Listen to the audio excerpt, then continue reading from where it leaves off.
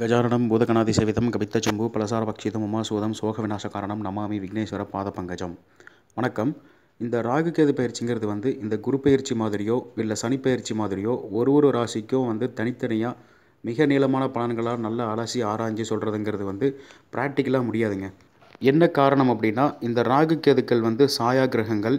ஏன்னா எப்பேற்பட்ட ஆளையும் கவித்து விட்டுரும், ஏமாற்றிடும். அதனால தான் இந்த ராகு கேதுக்கள் பயிற்சியாக போகக்கூடிய ராசிக்குள்ளே என்ன கிரகம் இருக்கோ அதுக்கு தகுந்த மாதிரியான பலன்களை தான் கொடுக்கும். அப்படிங்கிறதால மிக முக்கியமான பயிற்சியாக இருந்தாலும் கொஞ்சம் சுருக்கமாக தான் பலனை சொல்லியிருக்கோம். இது வரைக்கும் நம்ம எஸ்கே கிரியேஷன் சேனலை சப்ஸ்கிரைப் பண்ணாதவங்க இப்போவே சப்ஸ்கிரைப் பண்ணிக்கோங்க. உங்களுக்காக தினம் பயனுள்ள ஜோதிட தகவல்களும் ஆன்மீக தகவல்களும் காத்துட்ருக்கு. இப்போ ராகு கேது பயிற்சி பலன்களை பார்க்கலாம். ராகு கேது பயிற்சி பொறுத்த வரைக்கும் வர்ற ஆகஸ்ட் மாதம் 18ஆம் தேதி நிழல் கிரகங்கள்னு சொல்லக்கூடிய ராகு கேது பயிற்சி நடக்குது. இதில் ராகு சிம்மராசியில் இருந்து கடகத்துக்கும், கேது கும்பராசியில் இருந்து மகரத்துக்கும் பயிற்சி ஆகிறாங்க. பொதுவாகவே எந்த ஜோதிடருக்குமே இந்த ராகு கேதுக்களோட பலனை எடுத்து சொல்கிறதுங்கிறது கண்டிப்பாக அது அவங்க சக்திக்கு அப்பாற்பட்டதாக தான் இருக்கும். அதனால தான் இதை நிழல் கிரகம்னு சாயா கிரகம்னு சொல்கிறாங்க.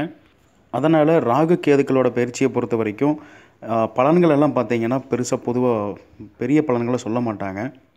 ராகு எந்த கிரகத்தோடு போய் சேர்ந்து பயிற்சி ஆகிறாரோ, கேது எந்த கிரகத்தோடு போய் பயிற்சி ஆக போகிறாரோ அதுக்கேற்ற மாதிரியான பலன்களை தான் கொடுப்பாங்க. இப்போது குரு பயிற்சி கொடுக்கக்கூடிய முக்கியத்துவத்தை காட்டிலும் சனி பயிற்சிக்கு கொடுக்கக்கூடிய முக்கியத்துவத்தை காட்டிலும் இந்த ராகு கேது பயிற்சிக்கு தான் அதிக முக்கியத்துவம் கொடுக்கணும். காரணம் என்னன்னு கேட்டிங்கன்னா, நல்ல மனுஷனையும் கெடுத்துட்டு போயிடுவாங்க இந்த ரெண்டு பேரும் சேர்ந்து. அதனால தான் எனக்கு தெரிஞ்ச மாதிரி ஓரளவுக்கு கணக்கு போட்டு ஒவ்வொரு ராசிக்கும் மேஷம் முதல் மீனம் வரை பொதுவான பலன்களை சொல்லியிருக்கேன். இப்போ இந்த கடகராகவும் மகரக்கேதுவும் அடுத்த 1.5 வருஷத்துக்கு துலா ராசியில் பிறந்தவங்களுக்கு என்ன மாதிரியான பலன்களை செய்ய போகிறாங்கன்னு பார்ப்போம். காலபுருஷ தத்துவத்துக்கு 7வது ராசியாக வரதுங்கிறது இந்த துலாம் ராசி. துலாம் ராசியை பொறுத்த வரைக்கும் இதுவரைக்கும் 11ஆம் இடத்துல ராகுவும் 5ஆம் இடத்துல கேதுவும் இருந்தாங்க. நல்ல பலன்களே செஞ்சுட்டு வந்தாங்க. ஏற்கனவே ராகு இருந்த இடம் சூப்பர். கேது இருந்த இடமும் திரிகோணஸ்தானங்கிறதால நல்ல அமைப்பில் தான் இருந்தாங்க.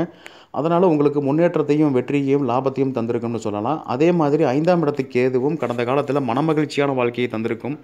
நீண்ட கால திட்டத்தை எல்லாம் இந்த கேது நிறைவேற்றி தந்திருக்கும். தயவு செஞ்சு திட்டாதீங்க. இந்த மாதிரியான பலன்கள் எல்லாம் துலா ராசியில் பிறந்த ஒரு சிலருக்கு மட்டும்தான் நடந்திருக்கும். முக்கால்வாசி பேருக்கு சப்புன்னு ஒன்றுமே பண்ணாமல் தான் இருந்திருக்கும்.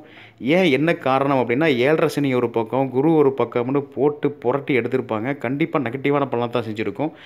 சரி, இப்போ ராகு கேது பயிற்சி என்ன செய்யும்னு பார்த்தா, இப்போ ராகு 10ஆம் இடத்துக்கும் கேது 4ஆம் இடத்துக்கும் பயிற்சி ஆகிறாங்க. இப்போ என்ன நடக்கும்னா, இந்த கேது 4ஆம் இடத்துக்கு பயிற்சி ஆகிறது, அந்த கேது 4ல் வர்றதுங்கிறது பிரச்சனை. எப்படின்னா பிரச்சனை வரும்னா, ஒரு சிலருக்கு இருக்கிற இடம் விட்டு இடம் மாறுதுங்கிறதுக்கான அமைப்பு வலுவாகவே இருக்குது. வீடு சொத்து சம்மந்தப்பட்ட வகையில் இருந்த பிரச்சனைகள் ஒரு கலகம் பிறந்தால் தான் நியாயம் பிறக்கணும்னு சொல்லுவாங்க பாருங்கள். குட்டையை குழப்பி தான் மீனை பிடிக்கணுங்கிற மாதிரி அந்த மாதிரி இடத்துக்கெல்லாம் இந்த நாளில் நிற்கக்கூடிய கேது செய்வார். வாகன வகையில் செலவனங்கள் கொடுக்கும். இது 4ஆம் இடம்ங்கிறது சுகஸ்தானம்ங்கிறதால தாயினுடைய ஹெல்த்தில் பாதிக்கும். வயசானவங்களாக இருந்தால் ரொம்பவே பாதிக்கும்னு சொல்லலாம். மற்றபடி ஆயுள் பலத்தை பாதிக்காதுன்னு சொல்லலாம். அது மட்டும் இல்லாமல் 4ல் நிற்கிற கேதுவை விட 10ஆம் இடத்துல ராகு நல்ல பலனையே பண்ணுவார். அதுவும் ராகு கூட மற்ற கிரகங்கள் சேர்ந்து 10ஆம் இடத்துல சுயஜாதகத்தில் வலுப்பெற்றவங்களுக்கு இது மிக நல்ல யோகமான பலன்களை செய்யணும்னு சொல்லலாம். காரணம் என்னென்னா, இப்போ தான் 7.5 சனி வேறு முடிஞ்சிருக்கு. அதனால் இத்தனை நாளாக பட்ட கஷ்டங்கள் எல்லாம் கண்டிப்பாக முடிவுக்கு வரும். மற்றபடி இந்த ராகு கேது பயிற்சியை பொறுத்த வரைக்கும் துலாம் ராசிக்கு எடுத்துட்டால் அது கண்டிப்பாக நெகட்டிவ் ஆகாது. முக்கியமாக சுவாதி நட்சத்திரத்தில் பிறந்தவங்களுக்கு இது ரொம்ப நல்ல பயிற்சியாகவே இருக்கும். மற்றபடி நெகட்டிவ்னு சொன்னோன்னா, கேது 4ல் நிற்கிறதால கல்வியில் இருக்கக்கூடிய குழந்தைகளுக்கு, ஸ்டூடெண்ட்ஸுக்கு உடம்பு தொல்லைகள் கொஞ்சம் கொஞ்சமாக வர்றதுக்கான அமைப்பு இருக்குது. படித்ததவே திருப்பி படிப்பாங்க. கல்வியினுடைய தரத்தை குறைக்கிறதுக்கான அமைப்பை இந்த கேது பண்ணுவார். ஸோ ராகு கேது பயிற்சியை பொறுத்த வரைக்கும் துலாம் ராசிக்கு பாசிட்டிவாக தான் இருக்குது. துலாம் ராசிக்காரங்க என்ன பண்ணணும்னா, இந்த இந்த கேதுவை சரி கட்டுறதுக்கு சங்கடகர சதுர்த்தி அன்னைக்கு பிள்ளையார் கும்பிட்டு வரதுங்கிறது நல்ல திருப்பத்தை தரும்.